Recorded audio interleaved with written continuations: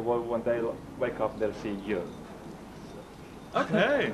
Are you okay with that? Yeah. Okay. Sorry, 1 second. Just. Is the light or okay? No, I just want to have a. Can I make sure? Yes, okay. Of course you can laugh. Joo, tulee vähän make. Oh, Yeah, perfect. So you just arrived from Paris, you said so. Yes, exactly, yesterday night. I think I have to ask you to... Saat sä äänen? Okay, because the microphone... I have to use the microphone like this. So Yeah, sure. if you're leaning... No, sure. Okay. So you just arrived from Paris. Yeah, yesterday night.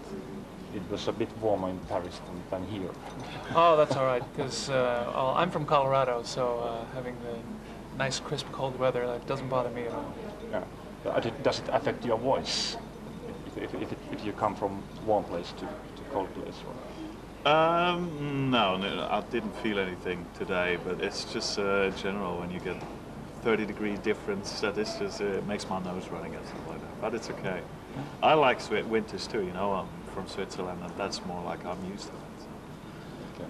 I tried to find some information about the basics of your group. And the only thing I found was that people were searching some guys to make a group. What kind of system was this searching? How did they find you? Well, it was very much like an opera audition. That an opera company will go through agencies, contact opera agencies and agents to find singers that they want to hear and listen to, and those singers will come in and make an audition.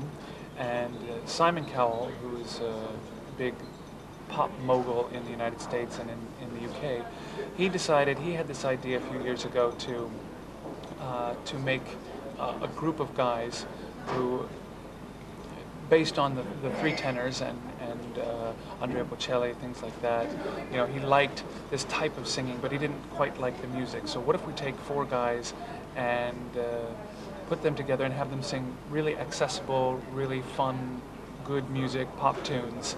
And so they did it like an opera audition, where they went out to something like 17 different countries over the course of 2 years to find the 4 guys who fit the bill to have an international group to sing part pop, part opera, and do it in this way. How did they find just you? I mean, did you see an ad in a newspaper, or did you know that now somebody's watching you and maybe picking you up, or? No, that's quite funny. Because everyone has a different story about his audition. I used to sing in Amsterdam at the opera, and that was December 1 year ago. And I had a friend in the same production who had heard something about a crossover project in London. He said, maybe it's something for you, just send them an email, send a couple of pictures and a CV, and that's what I did. And so BMG invited me over to London, and I went into Simon Cowell's office and had an audition there without a piano, nothing. That's just, he was sitting behind his desk and I was singing an opera aria. And I got the job. That's my story. And What's your story? Well, I had been up before this. I had been singing the first opera to go on Broadway. It was La Boheme, and the assistant director of that knew the casting director for this, and so I was given the information that there's some sort of half pop, half opera. They're going to make a CD. Would you like to audition for it? And I said, okay, sure, why not? I'm not really busy right now, so I made an audition in France, and had a couple successive callbacks. It took something like a month. I was actually the last person to join the band, and so it took a couple weeks over the course of my callbacks before all 4 of us were actually put together, and that was actually 2 days before we went into the studio to start recording. So it was like everybody came into the same room, we shook hands, we said, all right, let's go make some music. And you didn't know anything about the other guys before you? No, we never met each other before. It was literally. I mean, I met David on the train station on one of the previous audition days. But then we came together on, it was 27th of April last year, and on the 29th we went into the studio and started recording. We've never heard of anyone before. But that actually is very much like the way an opera works. I mean, 9 times out of 10, when you go in for your first rehearsal to begin the process of putting an opera together, you don't know anybody. You basically all just have this respect for each other and the understanding that you're going to come together and make the best possible music you can. So you just have to rely on the other guys that they are good in their profession.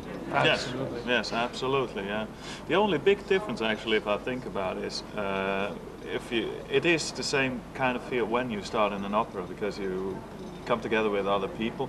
But there, you know exactly what you have to do, because you got your part, the notes and the words written down, and that's what you've learned, that's what you do.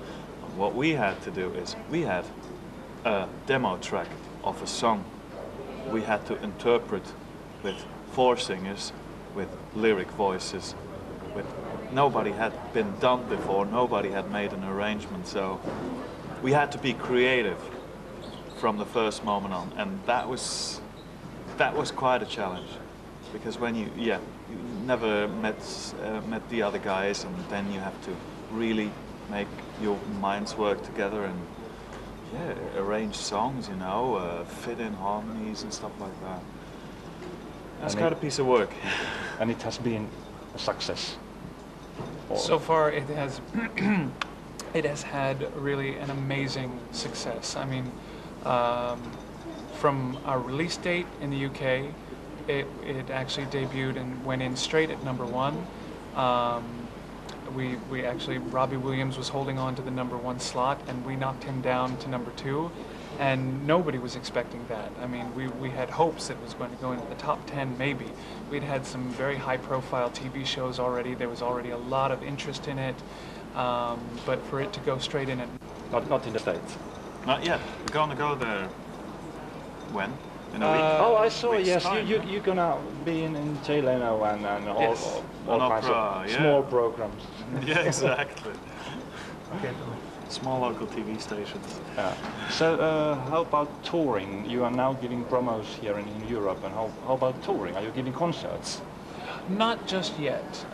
With the initial success in the UK, where we had the #1, and we've sold 1.5 million copies just there, and we've gone 5 times platinum there, and we've gone, what is it, 3 times in 3 times in Ireland, in Norway, I think 2 times platinum in Ireland, gold in South Africa. Yeah, and so now we're going to all the different countries.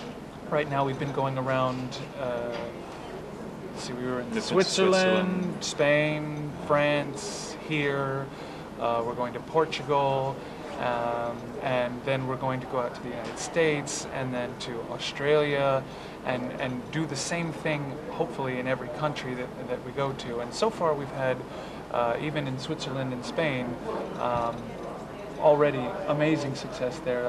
Copies are flying off the shelf in Spain. In the biggest store that they have there is called the Corte Inglés, and they're already selling out as fast as they're coming in, so it's really going very well. So we're doing this part first, and then this summer we're going to record the second album. We're working to build the which songs we want to do. Collecting ideas, songs we want to record, of covers. We're trying to start writing songs, because unfortunately we didn't have time for that on the last album, and we just try to make this an even better album. And then after that we have some tour dates in the UK. We have a big concert, kind of a release concert, and then I hope European, maybe global tour will follow next year spring. So after 1 year we may have a possibility to see you here singing. Something like that, yeah, because there's just so much work now for us, because really we wanna make the people listen to Il Divo around the world, wherever possible. And that is something I'm personally very, very excited about, because now being in Finland and having been in Paris yesterday and going to Lisbon tomorrow, that is such an amazing thing. And coming in all these different countries and singing our music for other people, and it's always exciting, will you gonna be accepted or not?